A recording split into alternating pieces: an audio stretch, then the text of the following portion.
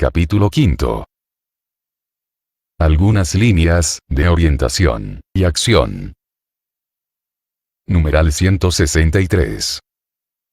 He intentado analizar la situación actual de la humanidad, tanto en las grietas que se observan en el planeta que habitamos, como en las causas más profundamente humanas de la degradación ambiental. Si bien esa contemplación de la realidad, en sí misma, ya nos indica la necesidad de un cambio de rumbo, y nos sugiere algunas acciones. Intentemos ahora delinear grandes caminos de diálogo, que nos ayuden a salir de la espiral de autodestrucción, en la que nos estamos sumergiendo. Diálogo sobre el medio ambiente, en la política internacional. Numeral 164. Desde mediados del siglo pasado, y superando muchas dificultades, se ha ido afirmando la tendencia a concebir el planeta como patria. Y la humanidad, como pueblo que habita una casa de todos. Un mundo interdependiente, no significa únicamente entender que las consecuencias perjudiciales de los estilos de vida, producción y consumo afectan a todos. Sino principalmente procurar que las soluciones se propongan desde una perspectiva global, y no solo en defensa de los intereses de algunos países. La interdependencia nos obliga a pensar en un solo mundo, en un proyecto común. Pero la misma inteligencia, que se utilizó para un enorme desarrollo tecnológico, no logra encontrar formas eficientes de gestión internacional, en orden a resolver las graves dificultades ambientales y sociales, para afrontar los problemas de fondo, que no pueden ser resueltos por acciones de países aislados. Es indispensable un consenso mundial que lleve, por ejemplo, a programar una agricultura sostenible y diversificada, a desarrollar formas renovables y poco contaminantes de energía, a fomentar una mayor eficiencia energética, a promover una gestión más adecuada de los recursos forestales y marinos, a asegurar a todos el acceso al agua potable. Numeral 165. Sabemos que la tecnología, basada en combustibles fósiles muy contaminantes, sobre todo el carbón, pero aún el petróleo, y, en menor medida, el gas, necesita ser reemplazada progresivamente, y sin demora. Mientras no haya un amplio desarrollo de energías renovables, que debería estar ya en marcha. Es legítimo optar por la alternativa menos perjudicial, o acudir a soluciones transitorias. Sin embargo, en la comunidad internacional, no se logran acuerdos suficientes sobre la responsabilidad de quienes deben soportar los costos de la transición energética. En las últimas décadas, las cuestiones ambientales han generado un gran debate público, que ha hecho crecer en la sociedad civil espacios de mucho compromiso y de entrega generosa. La política y la empresa reaccionan con lentitud, lejos de estar a la altura de los desafíos mundiales. En este sentido, se puede decir que, mientras la humanidad del periodo postindustrial, quizás sea recordada como una de las más irresponsables de la historia, es de esperar que la humanidad de comienzos del siglo XXI, pueda ser recordada, por haber asumido con generosidad sus graves responsabilidades. Numeral 166. El movimiento ecológico mundial ha hecho ya un largo recorrido, enriquecido por el esfuerzo de muchas organizaciones de la sociedad civil. No sería posible aquí mencionarlas a todas, ni recorrer la historia de sus aportes. Pero, gracias a tanta entrega, las cuestiones ambientales han estado cada vez más presentes en la agenda pública, y se han convertido en una invitación constante a pensar a largo plazo.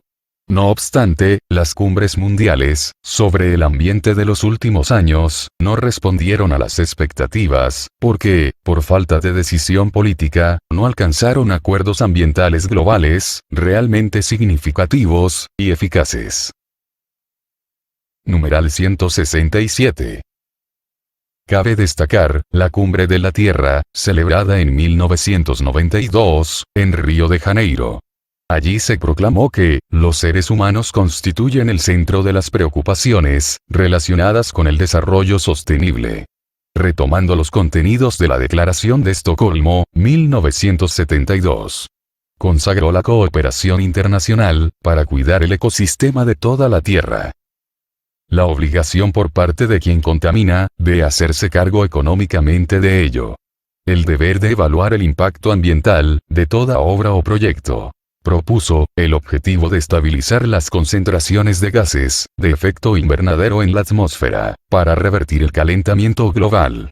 También elaboró una agenda, con un programa de acción, y un convenio sobre diversidad biológica. Declaró, principios en materia forestal. Si bien aquella cumbre, fue verdaderamente superadora y profética, para su época, los acuerdos han tenido, un bajo nivel de implementación, porque no se establecieron adecuados mecanismos de control, de revisión periódica, y de sanción de los incumplimientos. Los principios enunciados siguen reclamando caminos eficaces, y ágiles de ejecución práctica. Numeral 168. Como experiencias positivas se pueden mencionar, por ejemplo, el Convenio de Basilea, sobre los desechos peligrosos, con un sistema de notificación, estándares y controles. También la Convención vinculante, que regula el comercio internacional, de especies amenazadas de fauna y flora silvestre, que incluye misiones de verificación del cumplimiento efectivo. Gracias a la Convención de Viena, para la protección de la capa de ozono, y a su implementación, mediante el Protocolo de Montreal, y sus enmiendas. El problema del adelgazamiento de esa capa, parece haber entrado, en una fase de solución. Numeral 169. En el cuidado de la diversidad biológica, y en lo relacionado con la desertificación, los avances han sido mucho menos significativos. En lo relacionado con el cambio climático, los avances son lamentablemente muy escasos. La reducción de gases de efecto invernadero requiere honestidad, valentía y responsabilidad. Sobre todo de los países más poderosos y más contaminantes. La Conferencia de las Naciones Unidas sobre el Desarrollo Sostenible, denominada Río 20. Río de Janeiro 2012. Emitió una extensa e ineficaz declaración final. Las negociaciones internacionales no pueden avanzar significativamente por las posiciones de los países que privilegian sus intereses nacionales sobre el bien común global. Quienes sufrirán las consecuencias que nosotros intentamos disimular, recordarán esta falta de conciencia y de responsabilidad. Mientras se elaboraba esta encíclica, el debate ha adquirido una particular intensidad. Los creyentes, no podemos dejar de pedirle a Dios, por el avance positivo en las discusiones actuales, de manera que las generaciones futuras, no sufran las consecuencias de imprudentes retardos. Numeral 170. Algunas de las estrategias, de baja emisión de gases contaminantes, buscan la internacionalización de los costos ambientales. Con el peligro de imponer a los países de menores recursos, pesados compromisos de reducción de emisiones, comparables a los de los países más industrializados.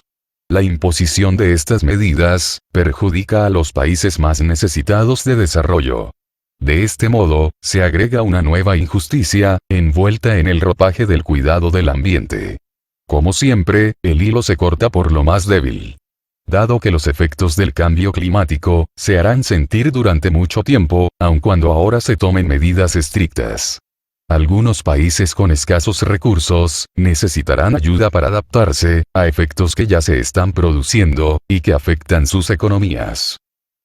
Sigue siendo cierto que hay responsabilidades comunes pero diferenciadas, sencillamente porque, como han dicho los obispos de Bolivia, los países que se han beneficiado por un alto grado de industrialización, a costa de una enorme emisión de gases invernaderos, tienen mayor responsabilidad en aportar a la solución de los problemas que han causado. Numeral 171.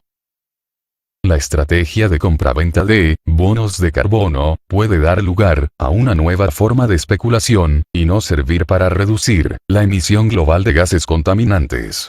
Este sistema parece ser una solución rápida y fácil, con la apariencia de cierto compromiso con el medio ambiente, pero que de ninguna manera implica un cambio radical a la altura de las circunstancias. Más bien puede convertirse en un recurso diversivo, que permita sostener el sobreconsumo de algunos países y sectores. Numeral 172. Los países pobres necesitan tener como prioridad la erradicación de la miseria y el desarrollo social de sus habitantes. Aunque deban analizar el nivel escandaloso de consumo de algunos sectores privilegiados de su población, y controlar mejor la corrupción.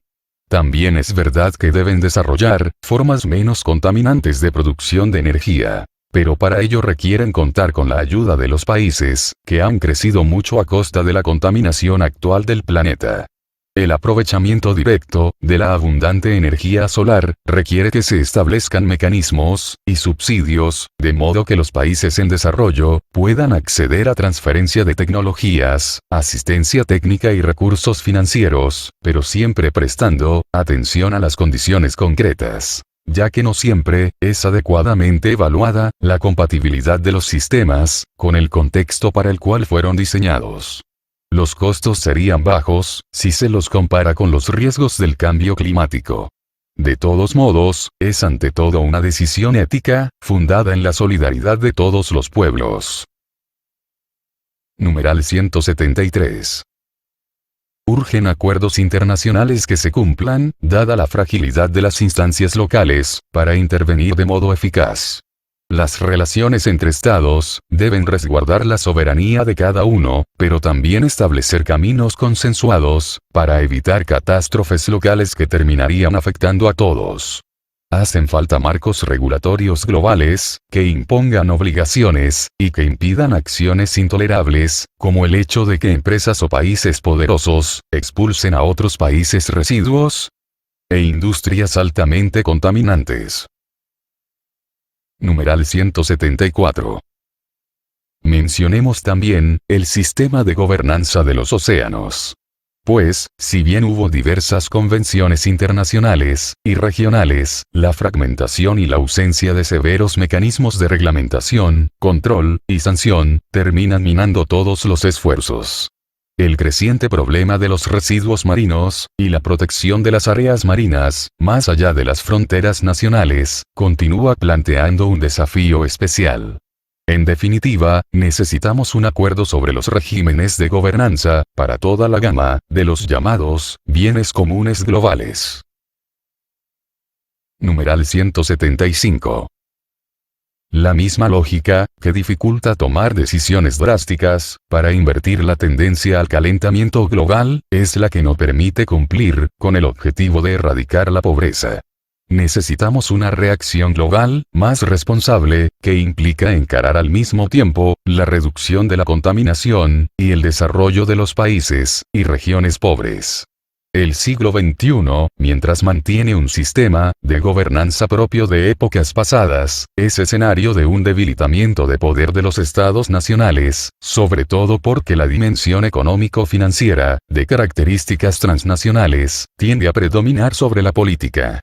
En este contexto, se vuelve indispensable la maduración de instituciones internacionales más fuertes y eficazmente organizadas, con autoridades designadas equitativamente, por acuerdo entre los gobiernos nacionales, y dotadas de poder para sancionar. Como afirmaba Benedicto XVI, en la línea ya desarrollada por la doctrina social de la Iglesia, para gobernar la economía mundial, para sanear las economías afectadas por la crisis, para prevenir su empeoramiento, y mayores desequilibrios consiguientes.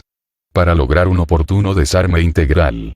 La seguridad alimenticia, y la paz, para garantizar la salvaguardia del ambiente, y regular los flujos migratorios. Urge la presencia de una verdadera autoridad política mundial, como fue ya esbozada por mi predecesor, San Juan XXIII. En esta perspectiva, la diplomacia adquiere una importancia inédita, en orden a promover estrategias internacionales, que se anticipen a los problemas más graves, que terminan afectando a todos.